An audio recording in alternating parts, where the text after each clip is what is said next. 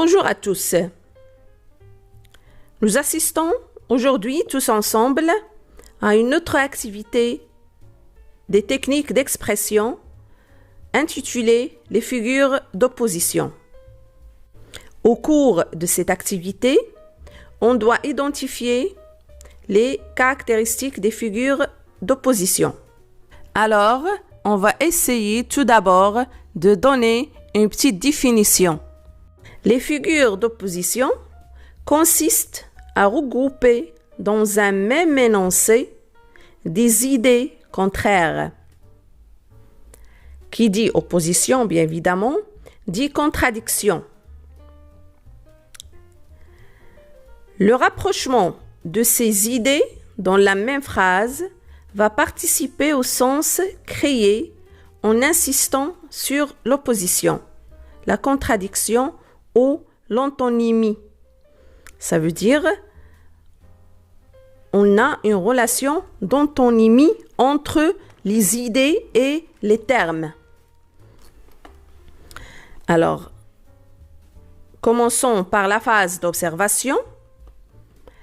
Tu as choisi la vie, moi la mort.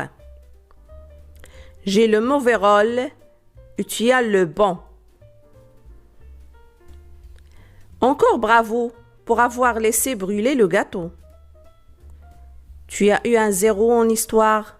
Ah, bravo! Cette obscure clarté qui tombe des étoiles. Non, n'attendez jamais qu'une paix sanguinaire. Il faut manger pour vivre et non pas vivre pour manger. Le cœur a ses raisons que la raison ignore. Les premiers seront les derniers. De nombreux enfants très élevés sont en échec scolaire. Prenons les deux premiers exemples. Tu as choisi la vie, moi la mort. Alors vous pouvez observer que la vie est le contraire de la mort. Ça veut dire qu'on a deux mots opposés dans le même énoncé. Passons au deuxième exemple. J'ai le mauvais rôle et tu as le bon. Alors le mauvais est le contraire du bon. Ça veut dire que j'ai deux mots contradictoires, deux termes contradictoires dans le même énoncé. Mais il faut faire très attention en ce qui concerne l'emplacement de ces deux termes. Alors, ils sont séparés. Ils sont un peu éloignés, même s'ils sont dans le même énoncé.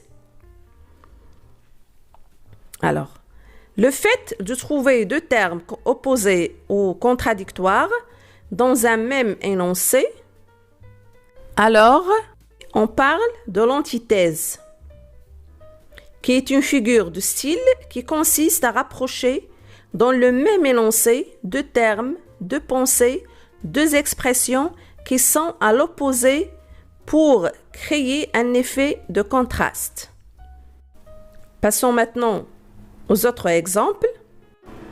Encore bravo pour avoir laissé brûler le gâteau.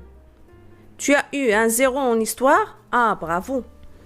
Alors, on essaie d'exprimer le contraire de ce que l'on pense. Quelqu'un qui a brûlé un gâteau, on ne peut pas lui dire bravo.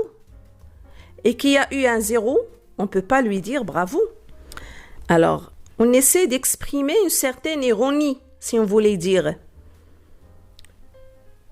Parce qu'on essaie de dire le contraire de ce qu'on pense. Ça veut dire qu'on ne pense pas ce que l'on dit. Et ici, on parle de l'antiphrase.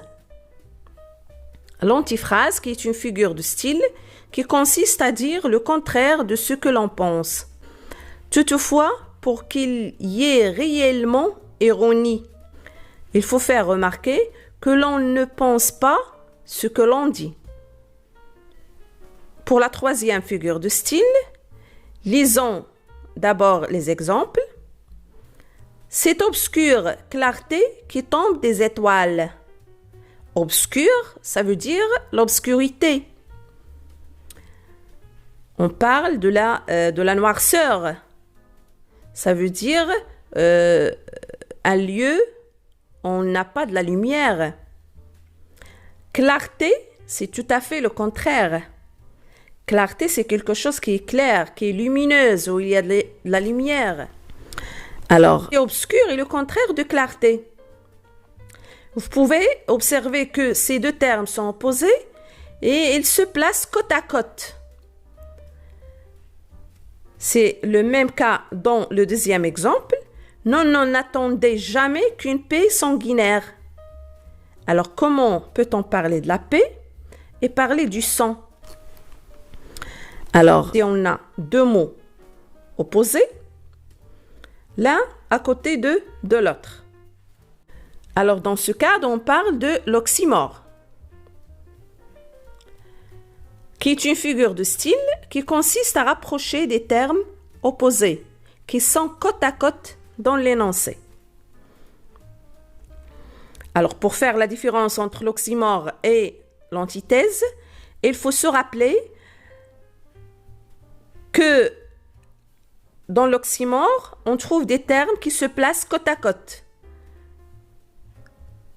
Et pour l'antiphrase, on a des termes opposés dans un même énoncé, mais qui sont séparés. Pour la quatrième figure de style, toujours d'opposition, on a ici deux exemples. Il faut manger pour vivre, et non pas vivre pour manger. Le cœur a ses raisons, que la raison ignore. Alors, vous pouvez observer qu'on a inversé l'ordre de la première phrase. Alors, il faut manger pour vivre, c'est la première proposition. On a une conjonction de coordination, c'est et pour la deuxième proposition, on a non pas vivre pour manger. Alors, j'ai inversé l'ordre de la première phrase. Dans la première phrase, j'ai commencé par manger et après vivre. Mais pour la deuxième, j'ai commencé par le dernier mot, vivre et après manger. Alors, dans ce cadre, on parle du chiasme. Alors, le chiasme consiste à inverser l'ordre de la première phrase. Alors, passons à l'autre exemple. On a le cœur a ses raisons que la raison ignore. Alors ici aussi, on a un chiasme.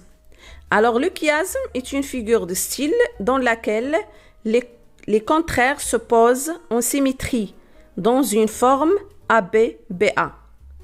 L'effet du chiasme s'appuie sur le rythme et la répétition. Pour la dernière figure d'opposition, essayons de la deviner ensemble. Lisons d'abord les exemples. Les premiers seront les derniers. Normalement, l'opinion générale auquel on s'est habitué, c'est que les premiers sont toujours les premiers. Mais dans cette phrase, on a fait l'exception. Ça veut dire on a signalé l'encontre de l'opinion générale. Les premiers, cette fois, seront les derniers. La même chose dans l'autre exemple. De nombreux enfants très élevés sont en échec scolaire. Normalement, les enfants les plus élevés et les plus disciplinés ne peuvent pas être en échec scolaire. Mais ici, on a exprimé l'encontre de l'opinion générale, l'encontre d'une idée commune, d'une idée habituelle. Alors, et dans ce stade, on parle du paradoxe, qui est aussi une figure d'opposition qui consiste en un énoncé qui va à l'encontre de l'opinion générale.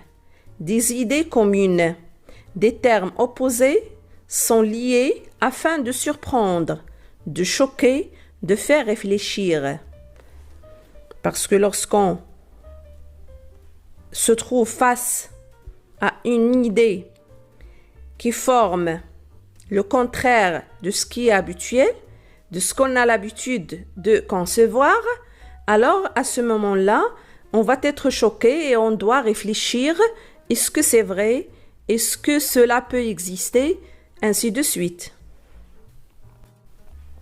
Merci pour votre attention, mes chers élèves.